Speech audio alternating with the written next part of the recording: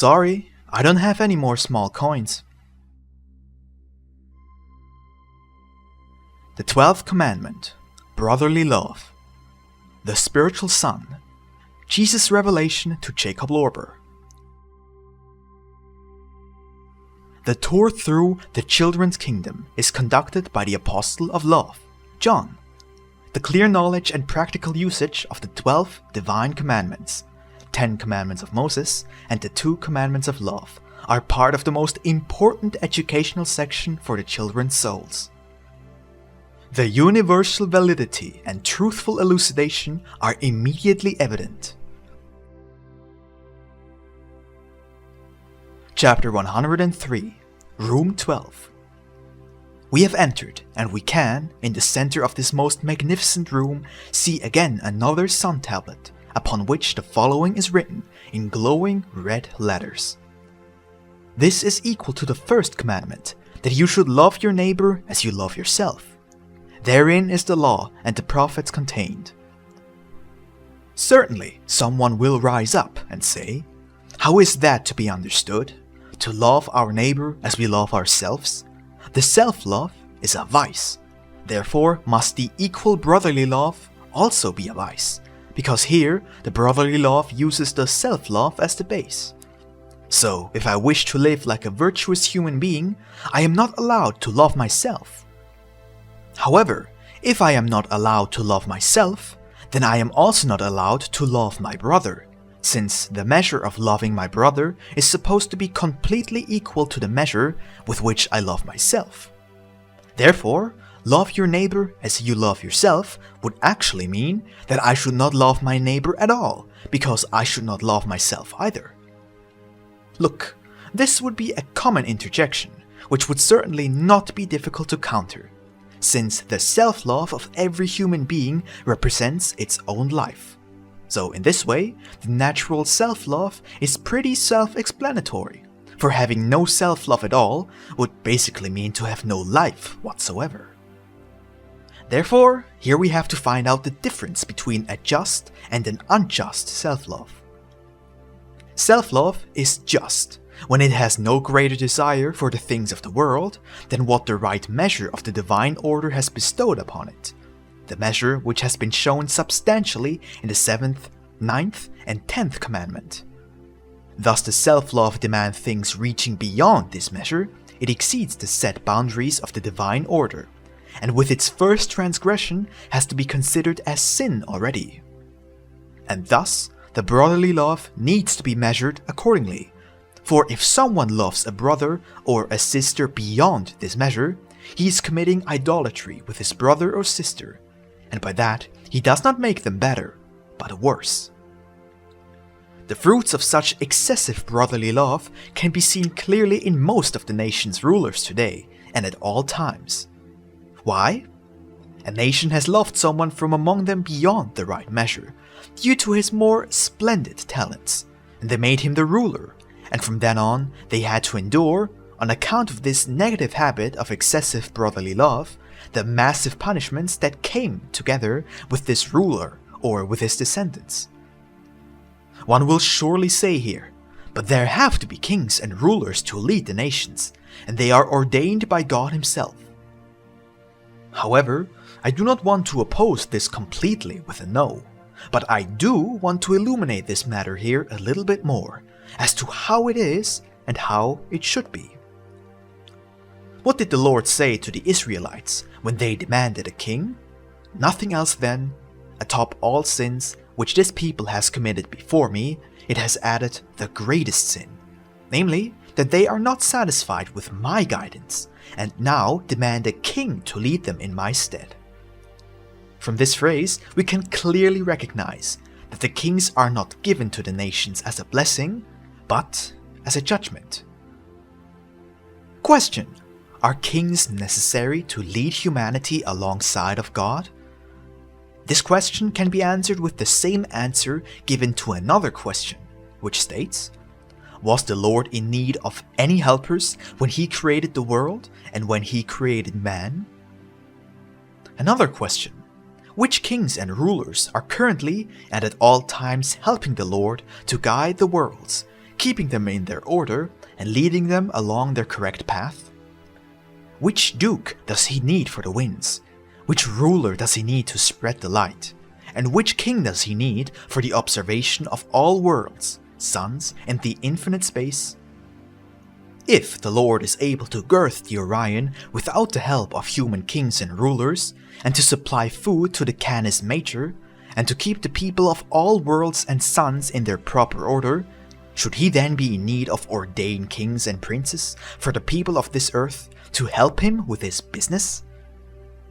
If we go back to the primordial history of every tribe and people, we will find out that all of them originally had a theocratic constitution, which means that they had no other lord above themselves than God alone. Only after quite some time, when one or the other tribe started to be unsatisfied with the freest and most liberal reign of God, because they lived too comfortably, they began to love one another beyond the right measure. And, as usual, an individual with special talents became the recipient of their general love and praise. They demanded then that he would become their leader, but it didn't stop there, for the leader had to instate laws, and the laws had to be sanctioned, and thus the leader became a lord, a patriarch, then a ruler, and at the end, a king and an emperor. And so we see that emperors, kings, and rulers never have been selected by God, rather only confirmed as judgment for those people, which on account of their own free will had chosen such emperors, rulers, and kings from among their midst, which they bestowed with the complete power over themselves. I mean, this elucidation should be enough for all of you to realize that any excess of self-love, as well as brotherly love, is an abomination before God. Therefore, to love your neighbor as you love yourself means to love your neighbor in the given divine order, meaning in that correct measure which has been given by God to every man since the beginning of time.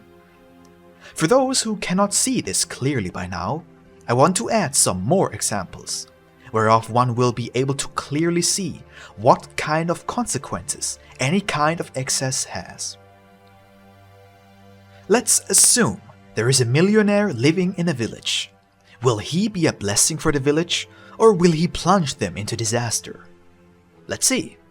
The millionaire is aware of the fact that the public banks are waning, so what is he doing?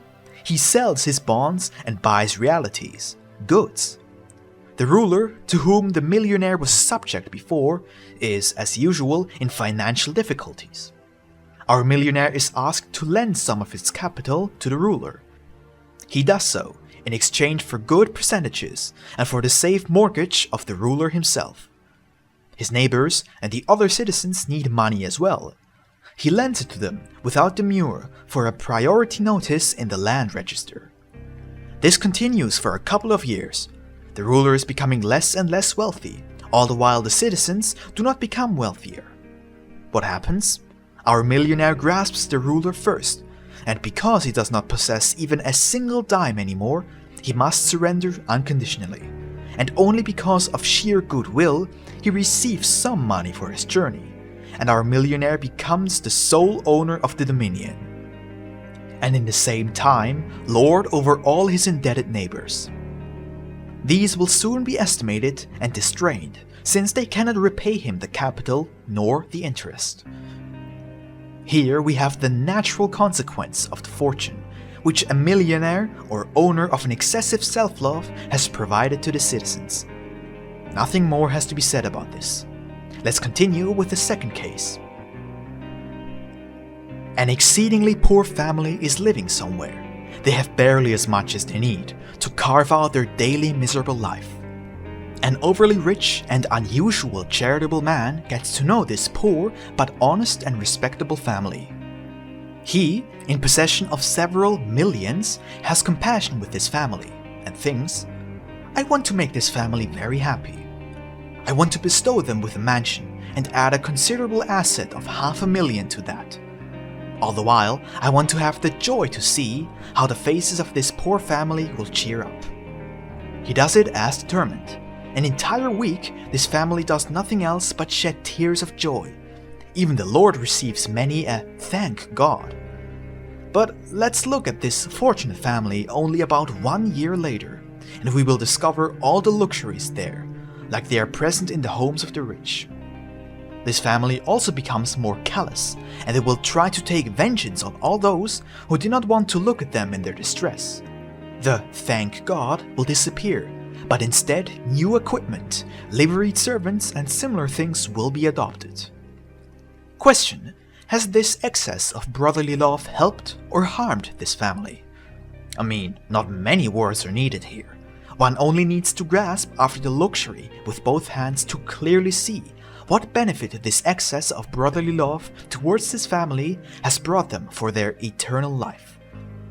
When looking at this, it is obvious that brotherly love, as well as self-love, has to stay within the measure of the divine order. When a man loves his wife too much, he will surely ruin her. She becomes conceited and will esteem herself, and from that she will become a so-called coquette. The husband will hardly have enough hands in order to satisfy all the demands of his wife. Also, a bridegroom, if he loves his bride too much, will eventually make her cheeky and in the end unfaithful. So, the correct measure of love is always necessary. However, the brotherly love consists in something completely different than we have come to know so far. But wherein brotherly love consists in its inner spiritual sense, we will clearly learn to recognize during this message. Chapter 104. Wherein consists the actual, true brotherly love. To thoroughly know wherein the actual, true brotherly love consists, one has to know and to clearly understand who actually a neighbor and brother is. Therein is the central issue concealed. One will say, how should we know this? For the Lord himself, the sole founder of brotherly love, has not given us any closer definition about this. When the scribes asked him who the neighbor is, the Lord just showed them with a parable who a brother to the known injured Samaritan was, namely, a Samaritan who brought him to the shelter and previously poured oil and wine into his wounds. And through this it is revealed that only under certain circumstances the injured people do have a neighbor as their benefactor, and in turn they are also the neighbors towards their benefactors. So, if only under such circumstances neighbors exist, what kind of neighbors do common people have? People who do not have an accident themselves, and also do not have the chance to come to someone else's aid in their times of distress. Isn't there a more general text that describes the neighbors more closely? For here, only the greatest distress, and on the other hand, the greatest opulence, coupled with a good heart, is brought face to face as being neighbors. So, let's see therefore if we can find any other, more extensive texts. Here is one, and it reads as follows. Bless those that curse you, and do good to your enemies. This is a text from which we can clearly see that the Lord has extended brotherly love quite far. He didn't even exclude the enemies and those who curse. Here's another text that says, Make yourselves friends with the unrighteous mammon. What is the Lord trying to tell us with this? Nothing else than to never let an opportunity pass by to do good to our neighbors. He even allows, at least in the external sense, an obvious infidelity towards the belongings of a rich person. Of course, only in an extremity, if thereby many or at least several people in need can be helped. In yet another text, we find the Lord talking about the following.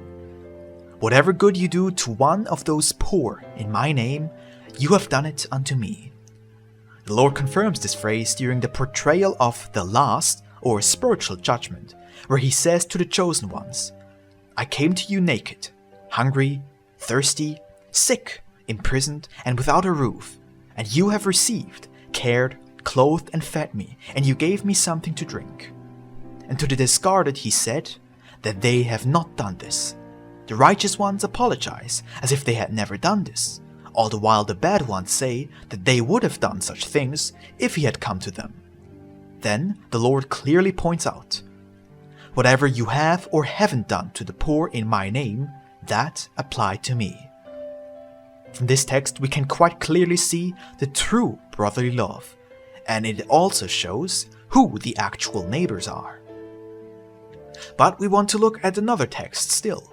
It says this: when you prepare a meal for guests, do not invite those who will be able to return it to you with a counter-invitation. You will not receive a reward for that in heaven, for such you have received on earth. Instead, invite the needy, the lame, the invalids, people who are poor in every respect, who will not be able to return it to you. That way, you will receive your reward in heaven. In the same way, lend your money to those who will not be able to pay it back to you. Thus, you will be profiteering for heaven.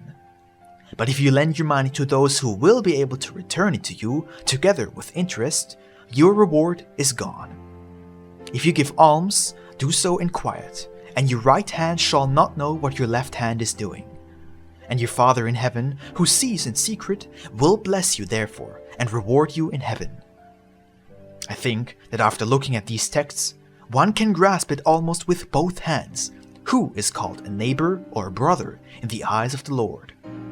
And so, we will take a look at what significance is behind all this. Looking from the Lord's perspective, we can only see that everywhere the poor are standing opposed to the wealthy. What is the conclusion? It means nothing else than that the poor are the actual neighbors of the wealthy, as described by the Lord, and not the rich to the rich, or the poor to the poor. The rich among themselves can only look at each other as neighbors if they join hands to carry out good and God-pleasing purposes. And the poor can likewise only be neighbors to each other when they also, if possible, unite in a brotherly way, in patience and in their love for the Lord and among themselves. The main purpose of brotherly love remains therefore always between the wealthy and the poor, and between the strong and the weak, and it stands in an equal relation as it is between parents and children. But why should the poor towards the wealthy, the weak towards the strong, as well as the children towards the parents be considered and treated as the closest neighbors? For no other reason than that the Lord, as being the closest neighbor of every human being, prefers, according to his own saying, to present himself through the poor, the weak, and the children of this world. For he himself says, "Whatever you do to the poor, you have done unto me." Even though you won't have me among you personally, you will still always have the poor as my perfect representatives among you. This is what the Lord wanted to convey. The Lord also says the same about a child. "Whoever receives such a child in my name receives me." From all of this, we can clearly see that men should consider themselves more or less as neighbors, depending on how much they are imbued with the Spirit of the Lord. The Lord doesn't bestow His Spirit on the rich of the world, but always only on the poor, weak, and worldly underaged. The poor person is already much more imbued with the Spirit of the Lord because he is a poor one, for the poverty is a major part of the Lord's Spirit. Whoever is poor resembles the Lord in his poverty, although while the rich does not resemble him. The Lord does not know them, but he knows the poor. Therefore, the rich shall consider the poor as their neighbors, and the rich will have to come to the poor, if they want to come closer to the Lord. For the wealthy can in no way consider themselves as brothers of the Lord. The Lord himself has shown during the narrative of the rich wastrel how infinite the chasm between himself and the rich one is. In the same way, the Lord made it clear in the story of the rich young ruler who first should be his neighbors before he might again come to the Lord and follow him. And the Lord illustrates everywhere the poor as well as the children as those being closest to him, or also as his literal representatives. The wealthy shall love them as they love themselves, but not necessarily those equal to them. For this reason, the Lord spoke that this commandment of brotherly love is equal to the first commandment, whereby he didn't want to convey anything else than, "Whatever you do to the poor, you do to me." and that the rich should not see each other as neighbors is visible therein, where the Lord says that the rich should not invite the rich, and should not lend their money to the rich. As well as out of this, that the Lord didn't command the rich young ruler to give his goods to the rich, but spread it among the poor. But if a rich man wants to say, "My closest ones are my own children," there I will say, certainly not. For the Lord has only taken up a poor child that was begging by the wayside, and he said, "Whoever receives such a child in my name receives me." The Lord never had anything to do with the children of the rich. For this reason, the rich commits a great sin against brotherly love, when he only cares fearfully for his own children. The rich cares best for his children when he provides them with an upbringing that is pleasing to the Lord, and does not save his wealth for his own children, but instead shares it for the most part with the poor. If he does this, the Lord will grasp his children and lead them on the best path. If he doesn't do that, then the Lord will turn his countenance away from them and withdraw his hands, and he will give them, already in their most tender youth, over into the hands of the world, which means into the hands of the devil, so they may become worldly children, worldly men, which means as much as becoming devils themselves. If you knew how all the capital stocks, and especially the entails, are most frightfully cursed by the Lord in the lowest third level of hell, you would for sure be perplexed, out of shock and fear, and immediately become rigid like a diamond. Families, entails. Family assets that are to be preserved forever by a foundation. And therefore should all the rich, wherever they may be, take this to heart as much as possible, and turn their hearts away from their riches, and do with the riches as much good as they possibly can, if they want to escape the eternal smoke chamber. For in the beyond, a twofold smoke kitchen exists, a long one in gloomy places, from where only unfathomable narrowed paths depart, on which the wanderer will not feel much better than the camels standing in front of a needle eye. However, there exists also an eternal smoke kitchen, out of which, at least to my knowledge, no paths depart. This is for the rich, that they may take it to heart, as well as for anyone who possesses still enough to be able to do something for the poor. From this, it becomes visible wherein the true brotherly love consists. In the same way, it is taught here in the Son, and also continually practiced.